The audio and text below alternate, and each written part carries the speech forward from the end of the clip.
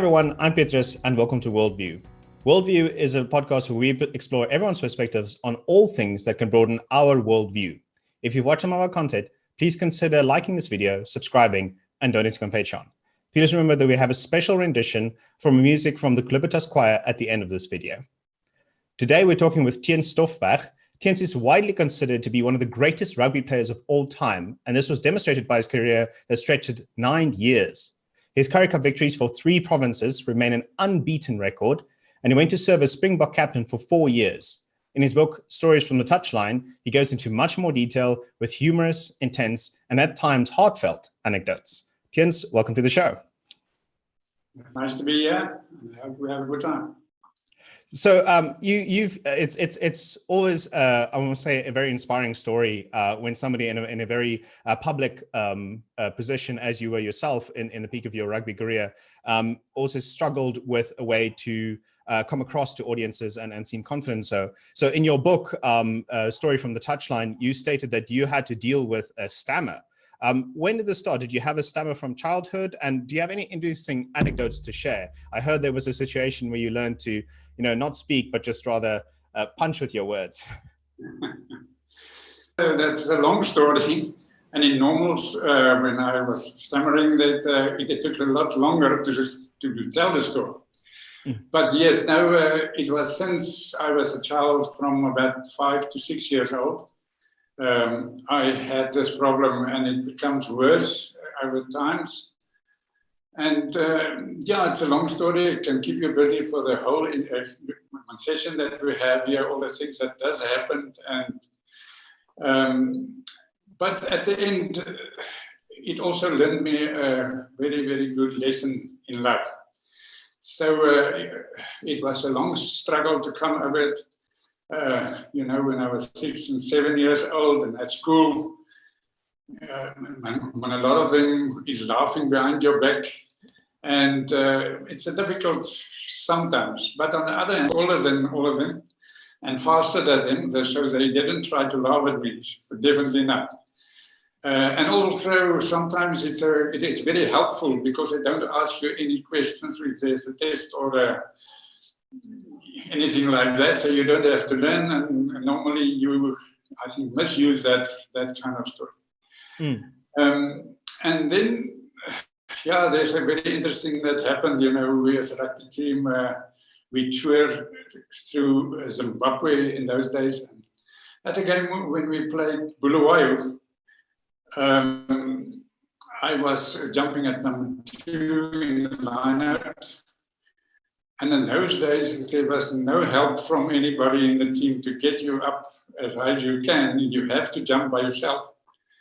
And so the first line-out that we had, this was this tall guy here next to me. And luckily, I took my ball at the first line-out.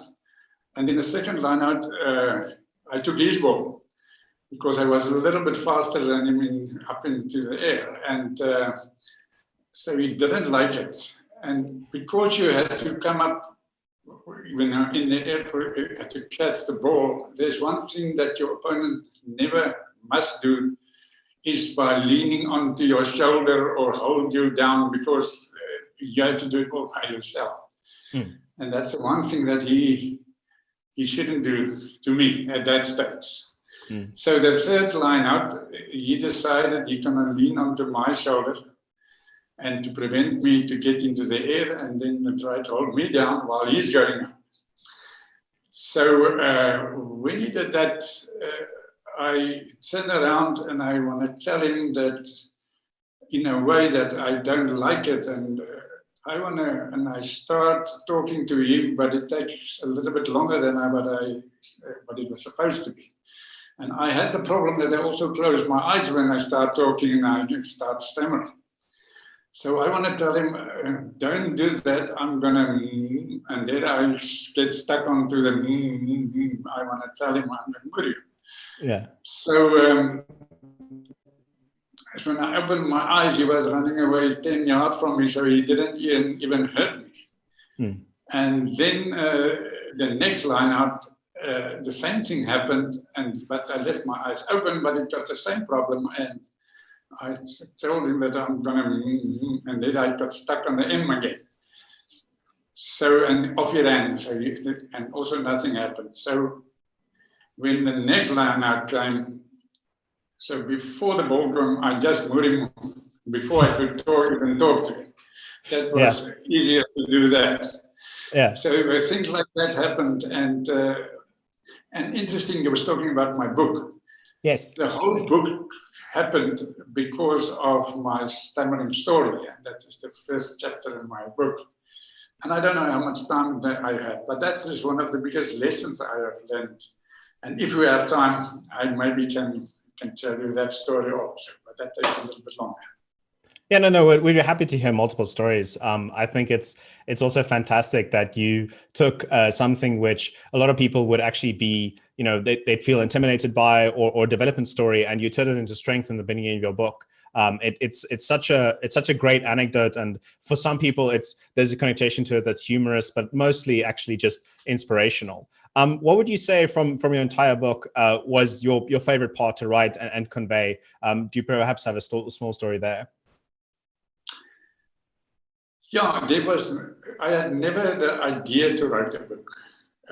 It was something that happened after I published my Stammer story on Facebook, and I placed the book because there is a little bit lesson behind the whole Stammer story. And then publishers came to me after there was another one or two stories. I told my friends and so on. And then they came to me and said they will publish the book if I wrote the stories. And to me, that was the easy part, because it's easy just to write things that happened in my life. It wasn't like a whole storybook that I have to write. So little stories, and easy to tell, and some are very humorous, and some are sad stories. And one of the favorite ones that I normally, when we have a braai or something like that, I would like to tell is nothing about rugby. There's funny things that happened on the rugby field with players that I can keep you busy with for a while. But at university, I had a little Volkswagen, and he was in 1959. So he was not a new model, it was a very old one. And I renovated the thing just before I went to university. And the one story, and it's always not easy to tell because nobody confirmed that it really happened. But I was at the council of the university, and we had very late meetings. It started at 10 o'clock and then ended up at 1 o'clock in the night. And that specific night, I had to go back home around about 1 o'clock. And this Volkswagen was good enough always, but sometimes he left you in the most difficult positions. And as I left the university, there was a robot where I had to stop. It was 1 o'clock in the night. There was nothing moving, nothing. It's all quiet in Bloemfontein at 9 o'clock in the evening, not to say at 1 o'clock. So I stopped at the robot because it was red, but it was a highway coming in from Kimberley. And as I go across the line, I tried to put my gears into first gear. And the next moment, this gear handle jumped out, and here I sit with the handle in my hand. And it's not in any gear so that I can move. Yeah. As I said, luckily there was no cars, but I had to do something, and I was trying, and I thought if he can jump out, he can jump back again. So in the dark, I was pushing this hand lever back into the gear hole where it was supposed to be. And I tried everything, but it didn't want to go into any gear. And the next moment, I felt it is in something. And when I try to lift the clutch, I see it's in reverse. And as I said, it's difficult to believe because nobody can confirm that, but I had 5 kilometers to go back home. So I drove that little Volkswagen for 5 kilometers. In reverse. around circles, around over the robot, all the way up for 5 kilometers back until I got home. A little bit later with a sore neck, but that is what happened. And there's a nice story to tell about my Volkswagen. I can imagine. I mean, you make a plan. You don't take the risk to switch to first gear again. I mean, you stay in the reverse if that's the one that currently works. That's exactly what happened. That's a very, very practical there solution. was nothing moving in at that time of night in Bloemfontein. So it was safe to drive like that. But if somebody saw me, I think it should have been very, very funny. Yeah, yeah, no, definitely. If police officers saw you, they might have considered, pulling you over for driving under the influence, rather, something like that. So, from you, sorry. Yeah, and they will have definitely tested me for any alcohol in my blood. Yeah. So going from going from university, how exactly did you follow the path into a provincial rugby player? In today's times, we see this as the students at high school even already start to be they say like there's poachers at the stands, and then they check out whether they're good or not. And so already they have their eye on them from a school level, and then at university, that's just confirming whether they're good or not. So that path is pretty much laid out now. Was it as laid out back then, or was it something else to move to a provincial rugby player? No, it's definitely totally different. You can't compare any of today's rugby with our day. I talk about a lot of times. Back 50 years, and I started playing as a little schoolboy. And my coaches, my first coaches was my 3 brothers that was older than me. So I had to survive between them, because they was always trying to make it difficult for me as a young boy. Luckily, I was always tall and quite fast. So so I went through primary school, high school. I was fortunate to go to Grey College in Bloemfontein that produced a lot of good rugby players. And I think the main thing there is that you have provincial players that are your teachers and they are your coaches. So from very a young age, there was really a very good input into my rugby career and to provincial players, Springbok players, and I was also very fortunate in that way to go to Grey, where you normally are in a very good teams. And the better teams you play, the more opportunities there are, and that's what happened. So at 15 years old, I got my first game for Grey College first team. So that was my school where I learned a lot of rugby, best coaches that I had. I went to Bloemfontein University after that. There we had Nick Boyer, that was also the national coach for the under-20s. We had an excellent side. I think in 3 years' time we lost 2 games or something like that. After that, I was at university. I have coaches from Neely Smith and Saki van Zyl, 2 Springbok players. And that's how I got into the provincial side with an outstanding team. I think 12, 13 of them were Springboks at that stage. So yes, I think that is where I was very fortunate and where I start my career until I get into the provincial side. And your provincial career was quite something. I mean, your record of Curriecup victories in 3 different provinces remain a complete unbeaten record even to this day. And that eventually led into what you're probably the most famous for, which is when you were the Springbok captain for 4 years. And it was very formative 4 years, not only for the rugby team, but also specifically for our country. It was 1980 to 1984, which is widely considered to be the height of the apartheid era government. And in that time, the national team, the Springbok national rugby team, was sent to a number of countries, among which you won games against New Zealand and United States. How exactly was the team treated as, almost want to say, representatives of South Africa during that time? During that government time, how exactly were they treated in the countries that you played in, and how were your wins received? Yeah, that also can take us a very long time with a lot of stories and things that happened and funny things like that. and also not funny. It was we left South Africa with really not knowing what to expect on the other side. We were 30 rugby players just want to compete. We want to compete against the best. We want to tour New Zealand. Political side of it was never even our thought of. That we know that there was a lot of things might happen, but we didn't expect what we receive on that side.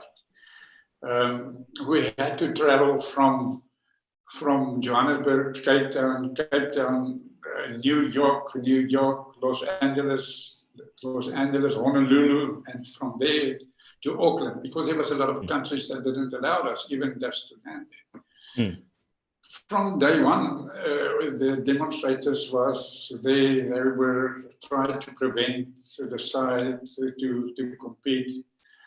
And it became worse and worse until the one game was cancelled, where we were on our way to run onto the field when they said, we can't, we must wait, and we wait, and until a lot of them arrived on the field, and so they cancelled the game. That on the one hand, and just if you look at the rugby point of view, the tour should have gone on because we want to compete.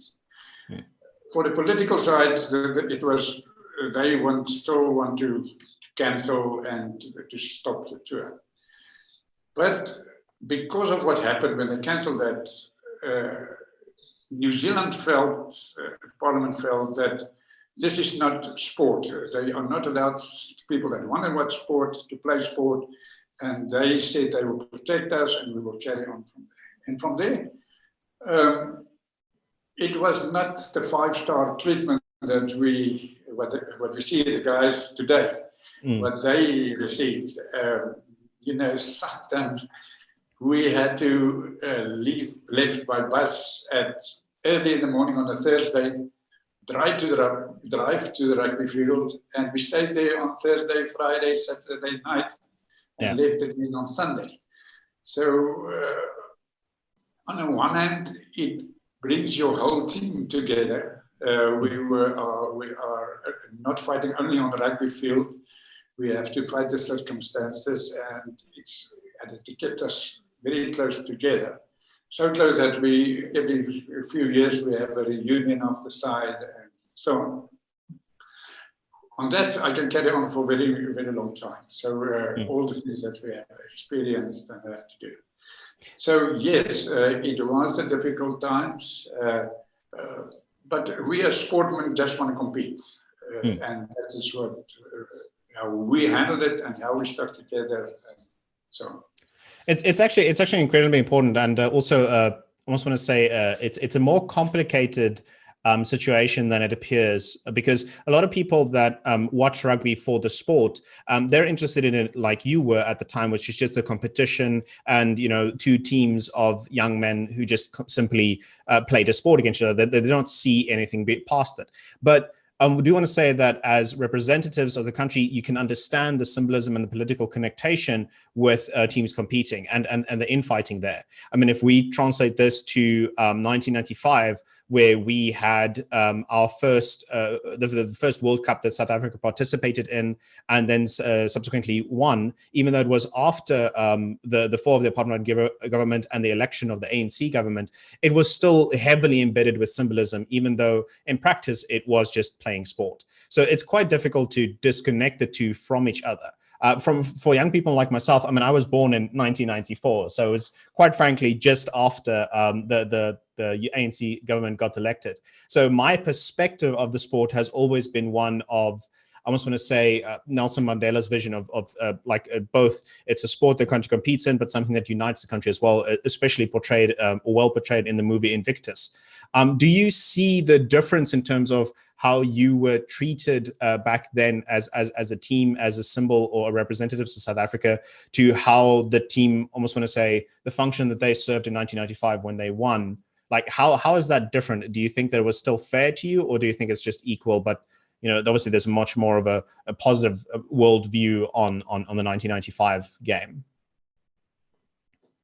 Yes, for sure. I think there's a huge difference from in those days that we played from in the 80s, the last 70s and 80s.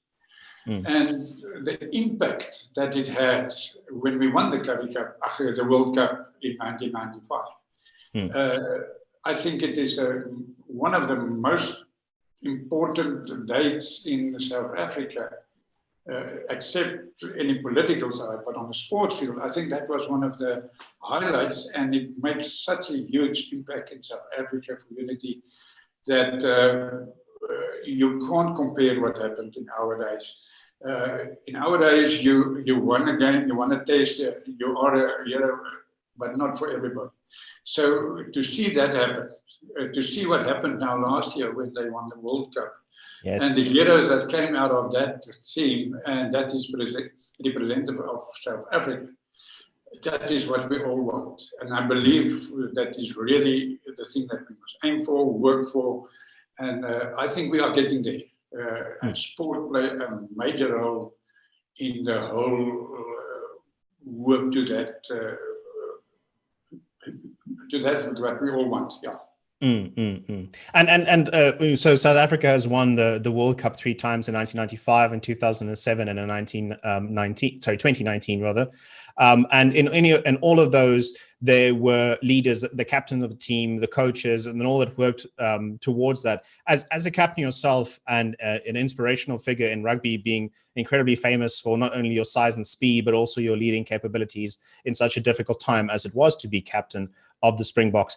Do you have any advice for other leaders or captains in similar type scenarios where they deal with something that's not only related to their field, like you did deal with sport, but also at the same time the political connotations of the Springboks playing abroad? Do you have any advice there for how they should deal with things like these?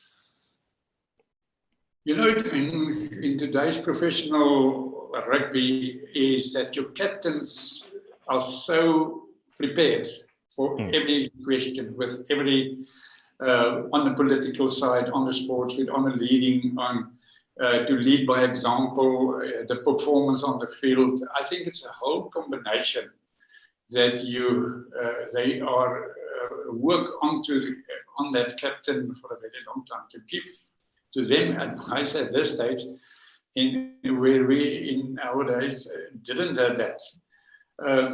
But if I think back of my captains that I had, you have your captains that if you walk into the room, you have a kind of aura around him that he has something, and that is not everybody that has that, and that comes by leading with example and to know your values and to know that's important. And I've learned in the last couple of years, I've learned that if you have, and I use the word empathy, if you can, empathy you have if you can understand the other one's world. And to understand and to listen is so important. That and if a captain can have that, and you can show that you have time for your players, time for your coaches, and I think that is very important. If I have to learn somebody a lesson, that is one I think that one can think of. And also, how does a captain work to inspire their players, especially after something like a devastating loss in a match, especially one that, you know, we've seen a couple of examples in sport where the team just gets utterly decimated. How do you pick a team up back from that? Is it a unique situation? Do you discard it? How do you work with a loss? Yeah, I think in a professional time like we are now, you go back to the drawing board and you analyze and you look at everything, what happened on the field, what is the reason for that final score on the board, and there are also a lot of help for everybody and the team for that. But if you are a sportsman, you want to compete, you want to be the best, you try your best, you do your best, but we all know that life is not like that. Sometimes, and I always say, is that you play with a ball that is not a round ball. It doesn't bounce on the same way every time when it struck the ground. Yes. Sometimes you jump to the left, sometimes you jump to the right, and things happened on the field. There's an interception. There's a lot of things that can happen. So, number one, I think it's important that one must accept that even the best team in the world is going to lose one other time. Yes. The All Blacks was the best team for many years, was number one. They lost against Argentina, they lost against, I think, Ireland. It does happen. Mm. And don't go and sit in with your emotions and feel negative and self-blame. And as long as you feel you have done what was asked from you, and just try to make the one mistake or the two mistakes, you don't do it next time. You think about it, you work through it. And I think that's the way one should do. And don't take it negative, because the other team also want to win. And to understand that the whole world rugby is so professional today. I mean, you can lose against almost any of the top 20 sides. It easily can happen. We can lose against Japan, and it's possible. And it did happen. But you don't look back and and it's so important. I mean, it's quite easy to forget in the moment, in the chaos, in the loss, that everybody else, every other team, that even the team that just beat you so thoroughly, they also lose. So it's important to keep perspective, and I feel like captains do a fantastic job to maintain their perspective and then go back to the drawing board. What you've had a fantastic career both in rugby, at provincial rugby, and Springbok rugby, but you also had a career after that in terms of physiotherapy that you practiced in Stellenbosch. Across your entire career, all those included, what would you say was the highlight? Was it in the Springboks period, or did you actually have amazing life experiences after that as well that people don't necessarily think about? Because they only talk about the time that you necessarily were in the public light. That's the one that a common person would know about. But you've had other experiences as well that was phenomenal. Yes, I have had a lot of highlights in my rugby career. I mean, if you are picked for the first team, for the under 13 team for the first time, that's a highlight up to then. And then you go to the first team, that's a highlight. And then you go to your provincial side, and that's a highlight. And then you become a Springbok. I mean, this is moments in life that you will never forget. Currently, I am not a physio anymore. I do some mediation, and I work with couples with emotions and things like that.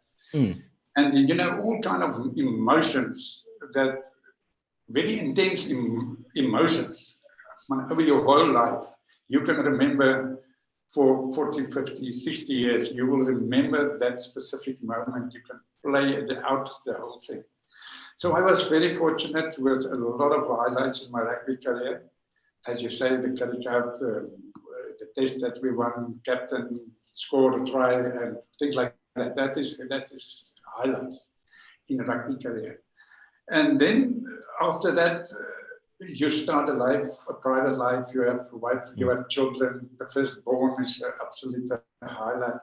And then there's a lot of things that happen when they start to produce something good on the sport field. Some play for first team or for the provincial side. That's a highlight. And then there's also painful things like happened in one's life. I had to stop my career with a diagnosis of autoimmune disease when I lost some of my sensation in my feet and things. So I had to change. And then there's other sad things that happened in your life. So yes, there was absolute beautiful moments that I will always remember. And then you have a sad life, and that is life. So you have to change when there's sad things. You have to do something when there's a loss. You enjoy the moment, because that is the talent you got, and you have worked hard for that. So yes, that is. I think that's great.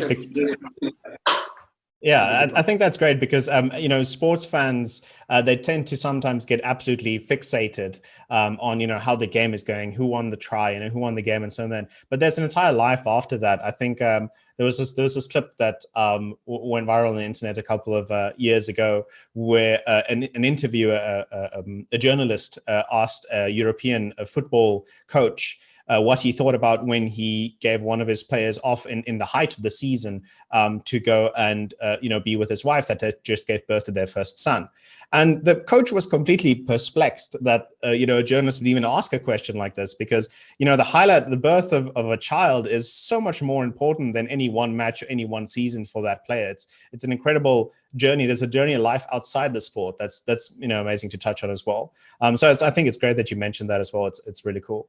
You also mentioned that you had to cut some of your sport career short because you suffered from autoimmune disease, where you lost feeling in terms of your feet. This is almost I don't want to say it's underrated, because it is really important. People talk about it a lot, but it is a bit underrated in terms of the consideration that players get when it comes to injuries in sport, and serious injuries. There was a very famous movie called Concussion, which Will Smith starred, where he talked about the seriousness of concussions that American football players received, and that this issue was actually somewhat suppressed by the football unions, because it would enable so many more, I want to say, regulations and rules to be set in for the protection of the players. So the players' lives and healths weren't managed as importantly as it should have been. The sport was raised above it. So how do you feel a rugby could land individuals with serious, life-threatening injuries or lifelong injuries?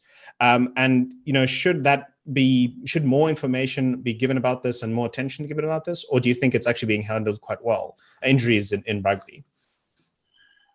I think since the professional time, from 1995 on, even before that, there was a lot of concerns in the medical world about the injuries and things like that, what happened onto the field. And yes, for sure, and I think that improved a lot.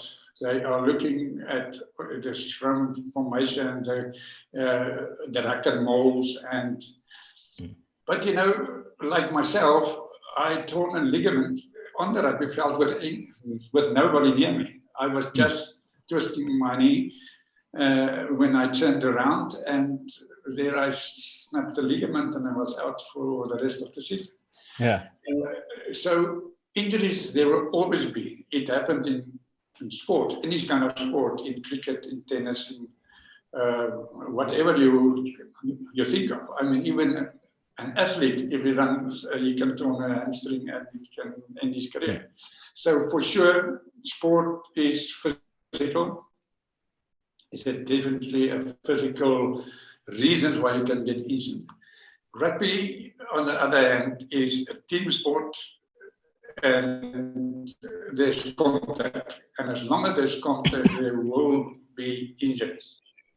If you look at the physical condition of every player, I think they do a fantastic job for the guys now to look after them.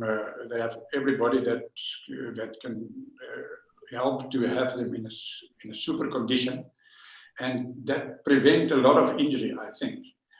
The rules, they always constantly see where they can change the rules.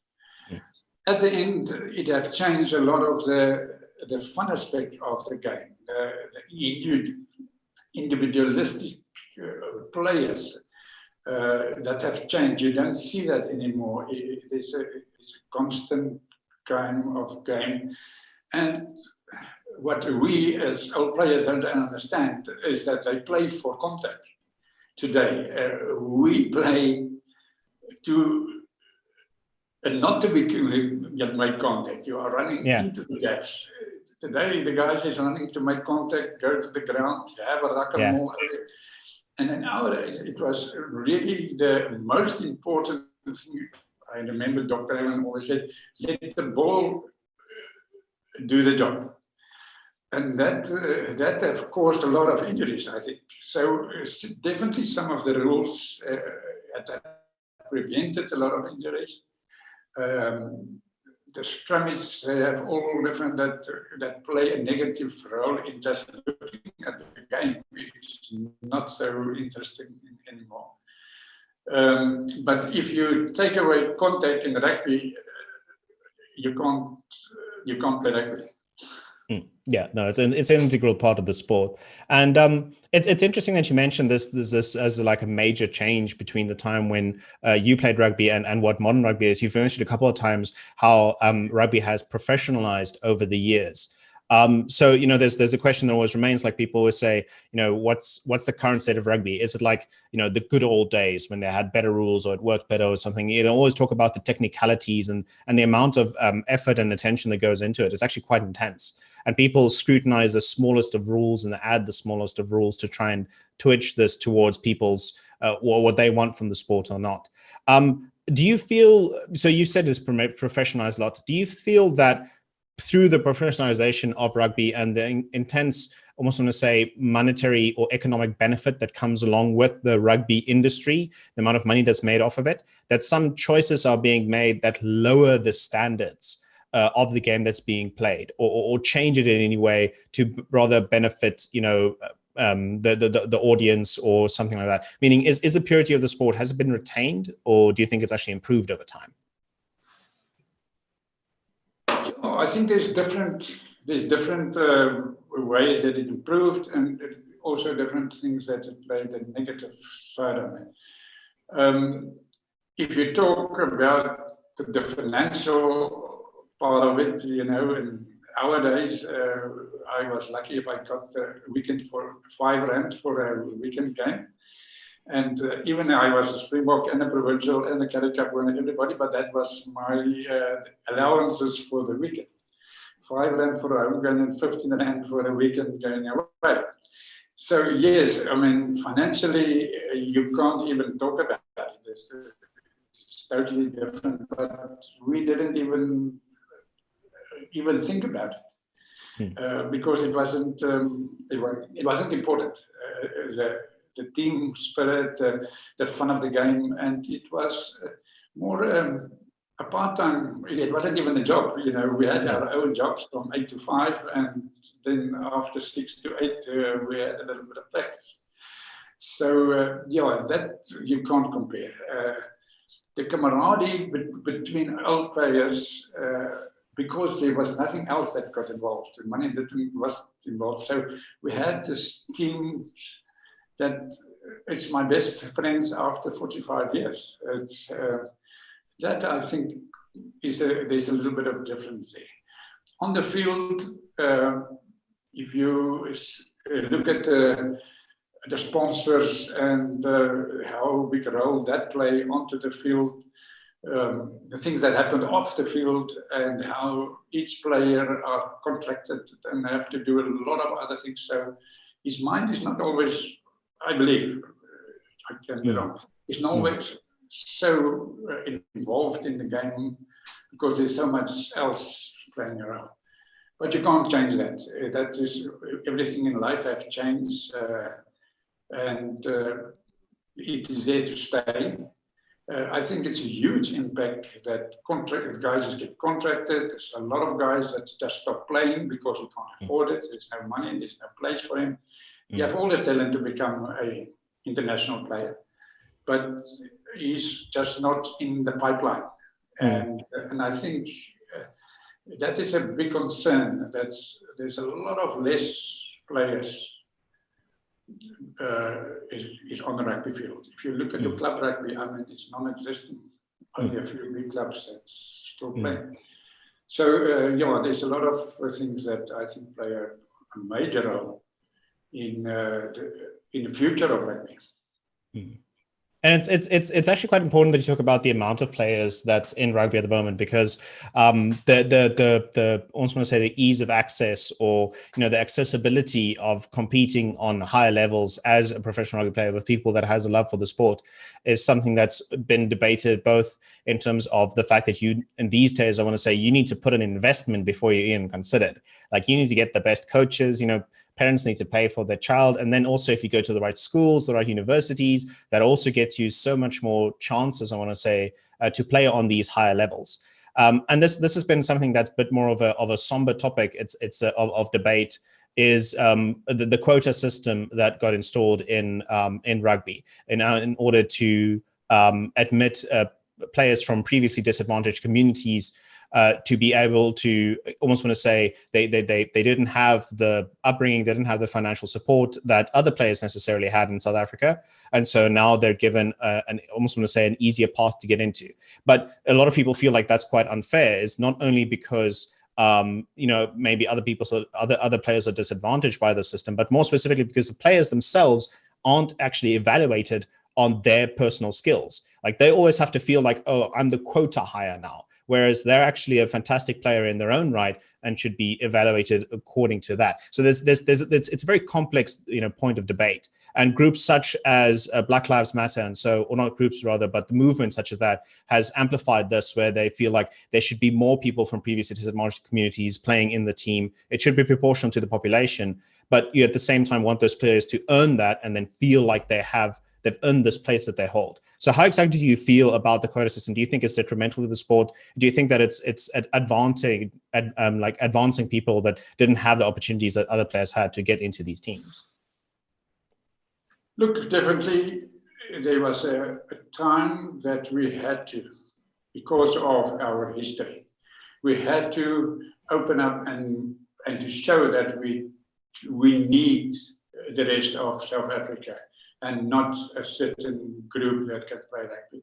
So I agree 100%. I understand that. It makes sense. That was the time there was a quota to give them the chances to get a position, to get experience, to be part of teams, because there was a lot of, and we have such a huge community that where there's players that have the ability to do that have been shown over the last couple of years. How many excellent players came forward out of that community. So there was a time for that. And I think there's a time for everything in life. There was a time that we had to do that because of what happened in the past. I think it's now time that we have to change that, because it was the right thing to happen. But now, if you are a sportsman, you want to be the best. And we did lost a lot of excellent players, because there was players in positions because of the quota system. But if we want to be number one in the world, it doesn't matter. We are past the time now that we must look at the color of the skin. And if there's 15 from the one group or 15 from the other group, or 7, but to choose on a quota system, if I ever felt that I've been chosen not to be the best, that will have a negative impact on me. So I definitely believe we had the time to do that. It's now time. That doesn't matter. We must get away from looking at the color of the skin and say, that is our best team, that is representative of South Africa. It doesn't matter if it's 7 from that or 9 of that. That's my feeling about it, is that, yes, there was time, this fun, and let's put all the money into the thousands of people that have the skills, and we can bring them and give them opportunity. But we take away a lot of opportunity from outstanding players now, and we were losing them going overseas, or even at school. You are losing a lot of good players because of that. Mm. And so there was there is a South African player called Ashwin Willemse, and it was an incident during a live broadcast where he was questioned by a white South African player that's since been retired, and he reacted in a way that basically made it clear that he had the impression that people saw him as one of those quota players, meaning he was not as good as the rest. He was only hired because there existed a quota. So it was detrimental to his to his mental state and to the way that he handled it, because he didn't feel like he was being valued for the great player that he was. So I also feel like that's perhaps a situation that, I'd like to hear your input on how you feel about players that perhaps they have the skill, that they're there because they deserve to be there, but they constantly have this banner hanging over their head saying, "Ooh, I could have been, just a quota higher." And does that tie in how you feel like the situation should be, the quota system should be dismantled now, so that every player that is there feel that they deserve to be there and that they can go on fully and dismantle this perception of you're only a quota higher, which is frankly very hurtful to those players? I think you are giving the answer to your exactly what you're saying. Is exactly how I feel about it. Is that you will have constantly somebody that felt that or feel that he must be in the side, and the coach feel the other one on the side. So even it doesn't matter color, you will have that. I mean, that was forever. There will be somebody like that. Is that is not. I feel I'm a better player and I deserve. So that we will always have. So the first step is to be in a position that you feel I'm not there because of other reasons, but because I'm good enough. That is, I think, number one. Then you can prevent things like that. If there's something happened, what happened on that television show, because I'm involved now with the relationships and emotions and things like that. And the most important thing that you have, if you have two persons that in conflict, is if you can have, I have mentioned that earlier, if you have the empathy to understand the other one's world, where he's coming from, and we all react differently on different impulses. So, and I'm not choosing any side, is that one must know that if there's something that triggers in us, if there's a happening in life, and it all depends how we handle it. And that we also talked about maybe my stammer in the early life, also my illnesses. It all depends how you handle it. And if you want to replay the whole thing that happened, I think there was definitely a different outcome. But that is important, is that we don't know the whole story. We judge on what happened there and to be negative. But if you have the world of the one and the world of the other, there was very often, and you can understand, you don't have to agree what happened. But if it makes sense, or you can just have the empathy to understand if you have the whole story.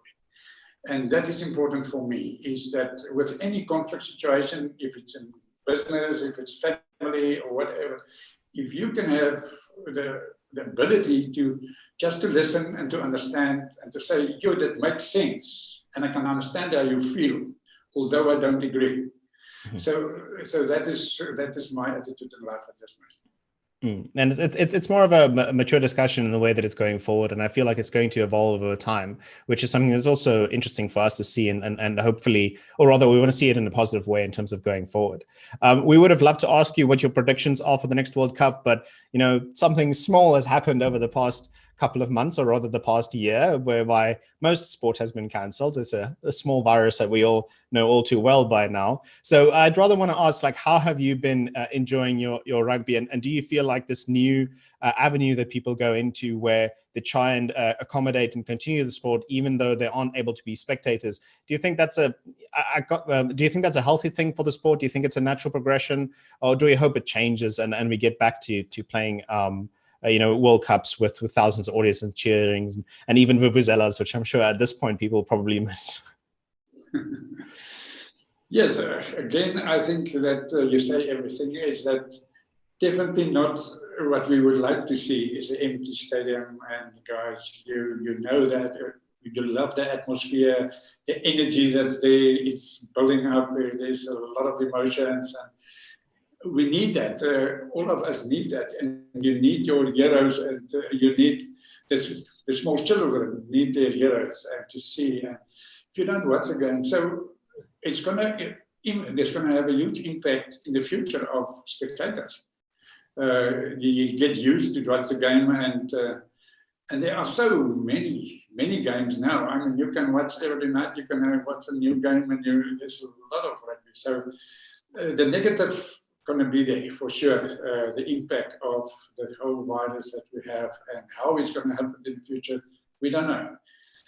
But that is important that we keep on playing, because it will sudden death if there's nothing to watch and you don't have heroes and you don't actually play with. You're not involved. And we've also seen, I just want to get your opinion on, we've also seen such interesting developments in terms of new teams that are coming on board, the very old and well-established rugby scene. Like, for example, for the past couple of years, the Japanese team in rugby has been doing fantastically. Do you think that they'll be a top competitor for the next World Cup, or who do you think holds the golden throne at the moment? Look, I've mentioned it earlier, is that there's 20 teams in the top half. They have all professional coaches, they're all professional athletes now. They have a coaching system, it's not only one coach. So, and anybody can lose to anybody, and in the top, let's say top 10 to the top 50. All Blacks will always be one of the top sides. I mean, the whole country is living in rugby. It's like a religion over there, almost like here, but here is not so big like over there. So to make a prediction, as you asked, it is very difficult. We've seen that over years. In 3 years' time, it's a long way to go. We don't know what's going to happen next week. So yes, we're looking forward that we will come over this really bad year that we've been through, that the rugby will, but to go back to normal, I don't think. But we hope it will keep on. We will see the guys on the television and keep on playing. So we just want to thank you so much for joining us on WorldView. Do you have anything else, something that you want to add or plug? No, just thank you for the opportunity. It's always nice to have interaction like that, and where you can express your views and everything. And let's love rugby, keep on watching rugby, and well done with your program. Thank you so much. It's been an absolute honor to chat with Theuns Stofberg today. We thank you so much for sharing us WorldView. For our viewers, if you've made it thus far in the video, you most definitely have enjoyed the content. So we'd very much appreciate it if you could like this video. It helps out us as a channel to share these worldviews so much more, and also consider donating on Patreon. Patreon is a platform that gives us financial support to continue making these podcasts and improve our equipment and the quality of the streams overall. So this has been WorldView. Thank you so much for watching, and please remember to stay for the wonderful rendition by the Libertas Choir right here after. Thank you so much.